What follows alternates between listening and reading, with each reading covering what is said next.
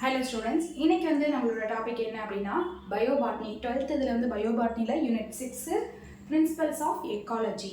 Ecology பற்றி நிறையவே உங்கள்கிட்ட நான் சொல்லிட்டேன். இப்போ நம்ம எக்காலஜி டாபிக் போகிறதுக்கு முன்னாடி எக்காலஜி அப்படின்னா எக்கோசிஸ்டம். எக்கோ அப்படின்னா ஒரு பிளேஸ்லேருந்து நம்ம சவுண்ட் விட்டோம் அப்படின்னா ஒரு எக்கோ எந்த நிலையெல்லாம் கேட்குது, எக்கோ அந்த எக்கோசிஸ்டம் ப்ரெசென்ட்டாக இருக்கிறதுக்கு என்னென்னலாம் காரணம் அப்படின்னு சொல்லிட்டு அந்த லெசன் ஃபுல்லாக நம்ம பார்க்க போகிறோம். இந்த எக்காலஜி அப்படிங்கும்போது அதை ஃபஸ்ட்டு யார் ப்ரப்போஸ் பண்ணா, ஃபஸ்ட்டு யார் கண்டுபிடிச்சா அப்படின்னா ரைட்டர் அப்படிங்கிற 1868 கண்டுபிடிச்சிருக்காரு.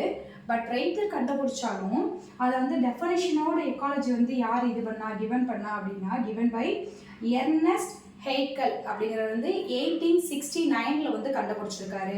இந்த இதில் டெஃபனிஷன்ஸ் ஆஃப் எக்காலஜி ரெண்டு பேர் டெஃபனிஷன்ஸ் கொடுத்துருக்காங்க. இந்த எக்காலஜியை பொறுத்த வரைக்கும் என்னென்ன டெஃபனிஷன்ஸ் கொடுத்துருக்காங்க அப்படின்னா ரைட்டர் சொல்லியிருக்காரு என்ன அப்படின்னா ஒரு தாவரங்களுக்கும் ஒரு உயிரிய சூழ்நிலையும் சேர்ந்து படிக்கக்கூடியதான் எக்காலஜி அப்படின்னு சொல்லியிருக்காரு. இவர் என்ன சொல்லியிருக்காரு, இவர் தாவரமும் விலங்குகளும் இந்த எர்னஸ்ட் என்ன சொல்லியிருக்காரு அப்படின்னா ஒரு சிற்றினங்களும் ஒரு தாவரங்களும் அதோட சூழ்நிலை அமைப்புகள் எல்லாமே, ஒரு உயிரினங்களும் ஒரு சூழ்நிலை அமைப்பு எல்லாமே பற்றி படிக்கக்கூடியதான் எக்காலஜி அப்படின்னு சொல்லியிருக்காங்க. ரெண்டு பேரும் சொன்னது ஒரே சேம் தான்.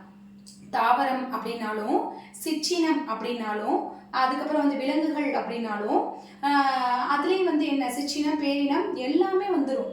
தாவரம் அப்படின்னாலும் இதில் பிளான்ட்ஸு அதோட சிற்றினம் பேரினம் அதோட கூட்டு, இது ஒரு பிளான்ட்டு ஒரு என்விரான்மெண்ட்டில் எடுத்துக்கிட்டோம் அப்படின்னா இதில் எக்காலஜி அப்படிங்கிற ரெண்டு பேரும் சொல்கிறது ஒரே பேஸ் இதை தான் இது பண்ணுறாங்க. இவர் எக்காலஜிகளை வச்சு இது பண்ணுறாரு, அவர் பிளான்ட்ஸையும் அனிமல்ஸை மட்டும் சொல்கிறாரு. இது உயிருள்ள அப்படின்னா எல்லாத்தையுமே சொல்கிறாரு.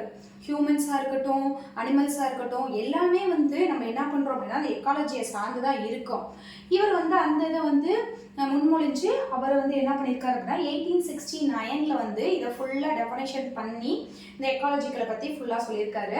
இந்த எக்காலஜிக்கலை அதோட ஹியரன்சி என்ன அப்படின்னா ஃபஸ்ட்டு இண்டிவிஜுவலாக ஒரு ஆர்கானிசம் இருக்குது அப்படின்னா அதுக்கு என்ன இதாகும், ஒரு இண்டிவிஜுவலாக ஒரு மண்ணை பொறுத்த வரைக்கும் ஒரு ஆர்கானிசம் இருக்குது அப்படின்னா அது பாப்புலேஷன்ஸ் என்ன பண்ணும், கிரியேட் பண்ணும். அந்த பாப்புலேஷன் ஒரு கம்யூனிட்டியாக இருக்கும், குரூப்பாக ஃபார்ம் ஆகும். அந்ததுலேருந்து ஒரு எக்கோசிஸ்டம் கிரியேட் ஆகும். எங்கே அப்படின்னா லேண்ட்ஸ்கேப் நிலப்பகுதிகளில். அதுலேருந்து ஒரு பயோம் ஃபார்ம் ஆகும், பயோஸ்பியர் உயிர்குழு ஒரு குழுவாக இதாகி நம்ம என்விரான்மெண்டல் ஃபுல்லாகவே ஒரு உயிருள்ள இது மூலயமா எக்காலஜிக்கல் மூலயமா ப்ரெசென்ட் ஆகுறதா என்ன சொல்கிறாங்க அப்படின்னா இந்த எக்காலஜிக்கல் ஹியரன்சி. இதோட படிநிலைகளாக சொல்கிறாங்க. அடுத்தடுத்த ஸ்டெப்ஸ்க்கு என்னென்னலாம் ஆகும் அப்படிங்கிறதா இந்த ஸ்டெப்ஸில் சொல்லியிருக்காங்க. அடுத்து பிரான்ச்சஸ் ஆஃப் எக்காலஜி அப்படின்னா எக்காலஜிலையுமே ஆட்டோ சினோகாலஜி அப்படின்னு சொல்லிட்டு ரெண்டு இருக்குமா மேம். இப்போ ஆட்டோ நிறைய விதமானதுல ஆட்டோமேட்டிக்காக இதாகிறது தான் அது ஹியூமன்ஸ் மூலியமாக இதாகிறோம், இல்லை என்விரான்மெண்டல். இந்த எக்காலஜிகளை பொறுத்த வரைக்கும் எப்படி ஆட்டோகாலஜி இதாகும் அப்படின்னா ஆட்டோகாலஜியை பொறுத்த வரைக்கும் என்விரான்மெண்ட்டில் செல்ஃபாக அதுவே ரெக்கவர் பண்ணிக்கூடிய கெப்பாசிட்டி இருக்கிறது தான் ஆட்டோகாலஜி அப்படின்னு சொல்கிறாங்க.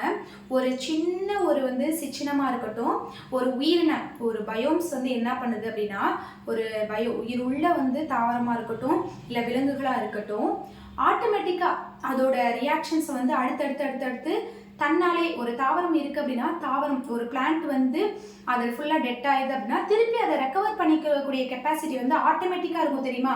அது எல்லாமே என்ன சொல்கிறாங்க, இதில் சொல்கிறாங்கன்னா ஆட்டோகாலஜியில் சொல்கிறாங்க. சினோகாலஜி அப்படிங்கும்போது ஒரு குரூப்பு. இப்போ ஒரு பிளான்ட் இருக்குது அப்படின்னா அந்த பிளான்ட்டை பொறுத்த வரைக்கும் ஒரு பிளான்ட் டெட் ஆயிடுச்சு அப்படின்னா அதோட டோட்டல் குரூப் ஆஃப் பிளான்ட் என்ன பண்ணும் அப்படின்னா அதே கேரக்டரோட அடுத்தடுத்த பிளான்ட் என்ன பண்ணும் அப்படின்னா அந்த கேரக்டரோட இந்த எல்லா பிளான்ட்டும் டெவலப் ஆகும். ஃபார் எக்ஸாம்பிள் கருவேப்பிலை செடியாக இருக்கட்டும் இல்லை வாழை மரமாக இருக்கட்டும் என்ன பண்ணும், ஒரு பெரிய வாழை மரம் வளர்ந்து வரும். அதை சுற்றிலும் ஒரு 10 கட்டையாவது கீழே வேர்லேருந்து அதோட சேய்க்கட்டை வந்திருக்கும்.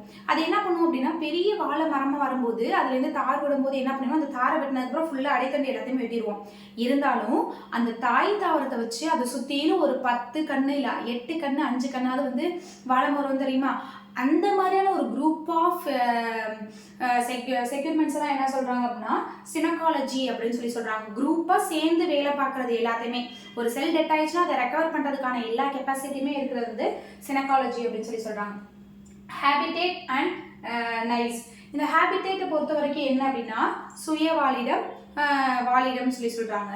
செயல்வாழிடம், வாழிடம் சொல்கிறாங்க. இப்போ செயல்வாழிடம் அப்படின்னா பயோடோப், ஹேபிடேட் அப்படிங்கும்போது பயோடோப். பயோடோப்பில் வந்து என்ன இது பண்ணுறாங்க அப்படின்னா, பயோடோப் அப்படின்னா நம்ம உயிர் உள்ள எல்லா இதை பற்றி இது பண்ணிக்கூடியது தான் வந்து உயிரினங்கள் மூலியமாக நடக்கக்கூடியது எல்லாமே வந்து ஹேபிடேட்டில் வரும்.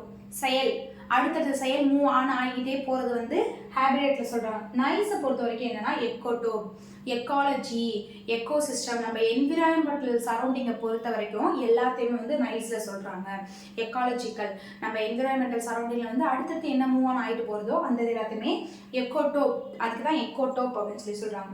இந்த எக்காலஜிக்கலில் வந்து என்னென்ன ஈக்குவலன்ஸ்லாம் இருக்குது அப்படின்னா, இப்போ எக்காலஜிக்கலில் வந்து ஈக்குவலன்ட், அதோட இது வந்து சமமாக இருக்கிறது என்ன அப்படின்னா, ஒரு இதில் வந்து தாவரமாக இருக்கட்டும் செடியாக இருக்கட்டும் தரையில் போனாலும் அதோட தன்மை என்னதான் இருக்கும், படர்ந்து போய் தான் இருக்கும். இதே மலை பிரதேசங்களில் போனாலும் என்ன அதோட ஒரு கொடியோட தன்மை என்னதான் இருக்கும், அது படர்ந்து வந்து அந்த மலையை ஃபுல்லாக வந்து இதாக்குற மாதிரி இருக்கும். தரையில் இருந்தாலும் அதோட ஹேபிட் என்னதான் இருக்கும், கொடியாக படர்ந்து போகிறதோட தன்மை தான் இருக்கும்.